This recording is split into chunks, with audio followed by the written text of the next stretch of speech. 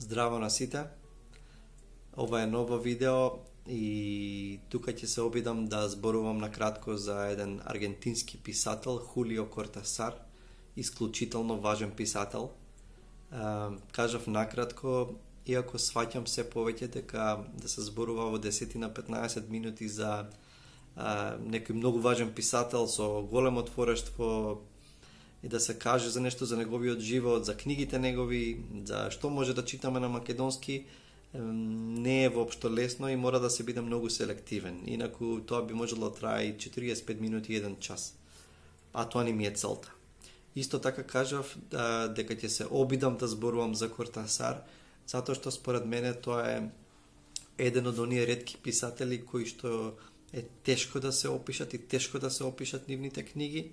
И мислам дека е писател кој што треба од прва рака да се запознаеме со неговите книги и да ги читаме, за да сватиме за што станува збор. Сепак тој е премногу важен за да не спомнеме нешто за него. Кортасар заедно со Карлос Пуентес, со Габриел Гарсија Маркес и со Марио Варгас Љоса спаѓа во онаа група влијателни писатели од така наречениот латиноамерикански бум од 60-тите и 70-тите години од минатиот век, кога овие писатели го отвориле патот за латиноамериканските писатели и почнале да бидат преведувани на многу јазици, особено станале популарни во Европа, а подоцна и низ целиот свет. Кортасар е еден од нив, значи клучна фигура во тоа движење. Роден бил во 1914 година, во Белгија се родил. Меѓутоа, кога имал 5 години, неговото семејство се вратило во Аргентина и растел и во едно предградие на Буенос Ајрес. Таму се образувал, подоцна, кога станал полнолетен, почнал да работи како наставник, уште подоцна како професор по француска литература. Меѓутоа, 1948, ако не се лажам, кога доаѓа Перон на власт, тој не се согласува со неговата политика и ја напушта таа позиција како професор. Меѓутоа, само неколку години подоцна, 1951 заминува во Париз, се сели, емигрира таму и подоцна во животот ќе работи како преведувач за УНЕСКО, а тоа ќе му отвори шанса да посети многу земји, да патува насекаде. На почетокот на 60-тите години за прв пат ја посетил Куба, таму се воодушевил од кубанската револуција и од тука почнува да биде политички активен, да биде активист и завршува со неговиот живот во 1984 година во Париз, таму умира. Иако почнал да пишува и пред да замине во Франција, објавувал некои раскази во некои литературни списанија, пишувал поезија, имал обид за драма, сепак неговата кариера почнува да оди напред и да станува се повеќе познат кога се сели во Европа, кога доаѓа во Франција. Во 50-тите години, во таа деценија се напишани 3-4 брилијантни збирки на раскази. Значи, најпрво сериозно почнува со расказите. 51 година Бестијарио или Зверовник, како што е преведен во еден поговор на негово македонско издание, или Бестијариум.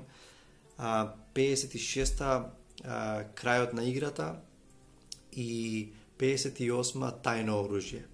Тоа се едни од неговите најважни збирки во кои што навистина го привлекува вниманието во светската литература, на читателството. Во неговите раскази доминира фантастичното во таа фаза.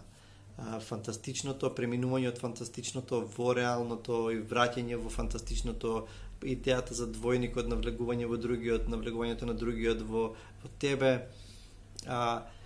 И нема да преувеличам ако кажам дека неговите раскази на моменти се граничат со совршена литература, се речиси совршени, поготово за некој кој што почнал сериозно да пишува во тој период и ако можеме да ја наречеме негова прва фаза, расказите се брилијантни. И некогаш човек ќе заврши некој од неговите раскази и не знаеш што те снашло. Толку има магични ситуации во нив што се застануваат пред читателот и и остануваат со тебе и не ти даваат да туку така ги заборавиш. И јас се запознав со неговите раскази, со неговото творештво преку ова издание на Темплум, наречено Остров на пладне, според еден од расказите. И овде има, мислам дека се 15 раскази од целото негово творештво, и то повеќето од тие први неколку збирки. Одличен избор.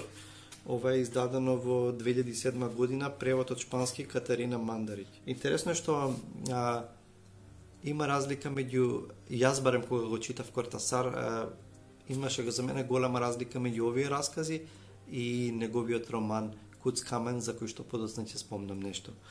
Од неговата фаза со раскази, продолжил да пишува, во кој што доминира фантастичното, продолжил да пишува, се префрла повеќе на реалното. И има една новела, исто во издание на Темплум, наречена Прогонувачот, издадена е, да видам кога е издадена, 2004 година, превод од шпански Радка Андонова. Значи, оваа книга е негов премин од фантастичното кон реалното. И во поговорот на Остров во хронолошкиот преглед на неговиот живот, во оваа книга Остров на пладне, има негова изјава и тој вели: до тој миг бев задоволен од фантастичните текстови. Во сите раскази од Зверовник и Крајот на играта, фактот дека создавам, дека измислувам фантастична ситуација која естетски се разрешува, ми беше доволен. Прогонувачот ја напишав затоа што во еден миг почувствував дека морам да се занимавам со нешто што е многу поблиску до мене. Пристапував на тема од екзистенцијалистички вид, од човечки тип, која подоцна е развиена во наградите, а особено во Плочка. Фантастичната тема, токму затоа што е фантастична, престана да ме интересира онолку колку што порано ме интересираше. Веќе стекнав свест за опасната перфекција на раскажувачот, кој постигнувајќи одреден степен на совршенство продолжува во недоглед. И многу интересна темата на оваа новела, која што се наоѓа во Тајно оружје, збирката раскази, и тука на еден брилијантен начин тој изборува за еден джез музичар, саксофонист, брилијантен, гениален, Џони Картер. Меѓутоа знаеме дека го опишува животот на Чарли Паркер, брилијантниот саксофонист од 40-тите, 50-тите години. И станува збор за неговиот биограф, Бруно, и неколку сцени во кои тие се среќаваат и една постојана потрага, постојано прогонување. Едниот биографот постојано го лови Џони Картер да го смести во биографија, да го фиксира, а овој постојано му бега од раце со постојаните ексцеси и преоѓањето, граничењето со лудило и шизофренија, додека од друга страна Џони Картер е во постојана потрага по нешто што не може да го опише, на метафизичка перфекција во неговата музика, што ја бара, постојано незадоволен со себе. И на едно место вели дека, самиот вели, парафризирам, ми беше отворено малку да дзирнам што има од таа страна, зборувајќи за таа перфекција, за оно неискажливо, меѓутоа не можев да влезам внатре. И постојано живее со фрустрација како да го изрази со зборови она по кое што трага во музиката. Хулио Кортасар тотално прави пробив и го привлекува вниманието со неговиот роман Куц Камен. Куц Камен, или ако ве буни зборот, и мене на почеток ме збуни, тоа е плочка, во смисла на онаа игра, и тука има нацртано, онаа игра што се црта на земја и подскокнуваш на тие полиња и треба да го земеш камчето, ви текнува, некој од вас сигурно многу од вас сте ја играле како деца. Куц Камен е издаден на македонски во превод на Ненад Велковски од Табернакул 2008 година. Јас го имам ова издание.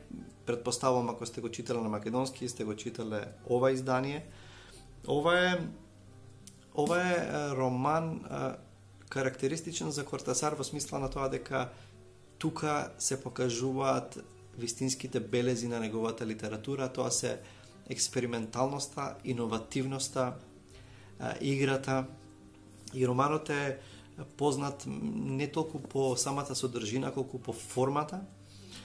Содржи предговор во кој што има упатство како може да се чита. Има две можни читања на овој роман. Има 3 дела, првиот дел се нарекува Од онаа страна, се случува во Париз, тука е Хорацио Оливеира, главниот јунак, нема да правам спойлери, иако е тешко да се прави спойлери, да се прераскаже книга на Кортасар, во потрага по неговата љубовница Маламага и неговата група пријатели собрани во еден клуб, исто емигранти, и постојаната дискусија за филозофија, за джез, за музика, за естетика, за литература. Тоа е едниот дел. Вториот дел се вика Од оваа страна. Значи, главниот лик Оливеира се враќа во Аргентина и таму продолжува неговиот контакт со неговиот стар пријател Травелер и неговата вереница, и од тука се развива приказната. Тоа е вториот дел. И третиот дел е содржи поглавја кои не се морални, се опциски. Меѓутоа, интересното со Куц Камен е што се може да се чита линеарно, и тоа го предлага Кортасар, 1 до 56 глава. Меѓутоа, може да се чита и според табелата, според начинот на кој што тој ни го предлага. Тоа е баш измешано, баш идејата како што подскокнуваме во играта, така можеш и да подскокнуваш од едно поглавје во друго. И почнуваш од едно поглавје и на крајот на тоа поглавје има бројка, на следното поглавје што треба да го читаш за да ја продолжиш приказната на таков начин со подскокнување да ја читаш.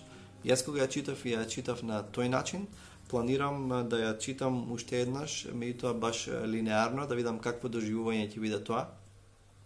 Ова е роман што можеби нема толку да ве воодушеви според содржината, сепак вреди да се прочита и заради самата форма и на начинот на експериментирање кој што Кортасар го применува во пишувањето на овој роман. Оно што ми е мене интересно е што различно доживување ми беше кога го читав овој роман и кога ги читав расказите. Прво го читав Куц Камен и на некој начин се воодушевив и останав малку збунет, меѓутоа кога ги читав расказите си реков, многу подобар раскажувач е на кратки раскази. Меѓутоа сега не сум толку сигурен, кога помина малку време, сега се спремам повторно да го читам Куц Камен и да видам дали ќе ми се промени мислењето. Од Кортасар има уште едно издание, значи да повторам, сите овие книги што ги спомнувам, се книги што јас знам дека ги има од него на македонски. Може има некои постари изданија, може има изданија што мене не ми се познати. Коментирајте, пишете, кажете дали ви се допаѓа повеќе ако сте го читале како пишувач на кратки раскази или романописец, вашето искуство со читање на Куц Камен, Плочка.